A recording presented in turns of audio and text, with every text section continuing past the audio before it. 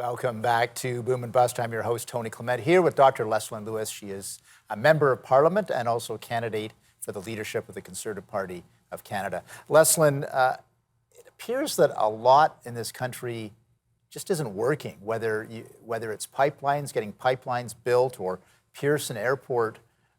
It's a little bit of a mess, quite frankly. I would say that probably a lot of the criticism is being directed to the federal Liberal government right now because their inability to get anything done. Is this something that you've heard in your tour around the country as a leadership candidate? And if so, what have you been saying about this? Absolutely. People are very, very concerned that our economic policies were very, very short sighted. And especially when it comes to the natural resource sector, when we look at the fact that we have the third largest accessible oil reserves on this planet, and yet we leave that untapped. We also import over 500,000 barrels of oil every single day, largely from dictatorship regimes. We know that in Europe, 40% of their oil is acquired from Russia. We have the capacity to supply the world with our liquefied natural gas. If we had had the foresight to construct pipelines, to get our product to Tidewater, to be able to sell our products abroad, not only would we be repatriating those revenues back to our country, but we would also be helping with diminishing our impact on the environment by selling clean products like liquefied natural gas to countries that have high coal production.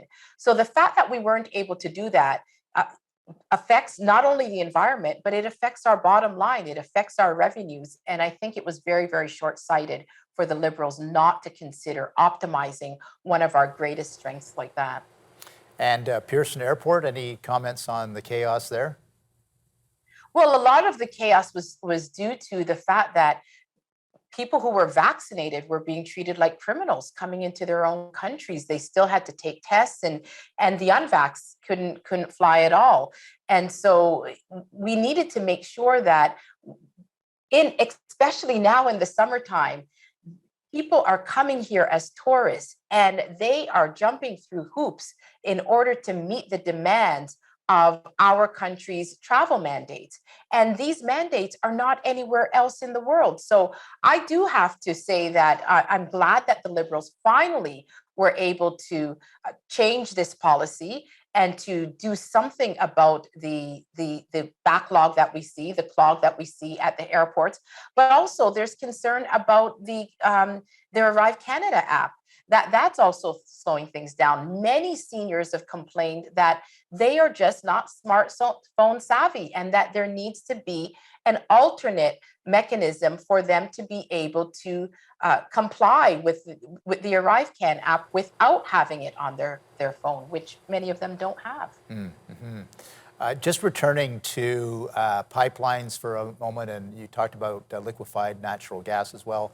A lot of these will be of economic boon for our First Nations, our Indigenous peoples, and yet, again, not a lot of action from the federal Liberals. Is this something you're concerned about?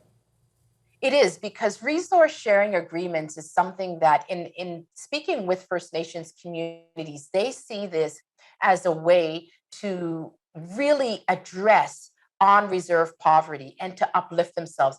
They don't want handouts. They want to be able to be partners in development and in resource development.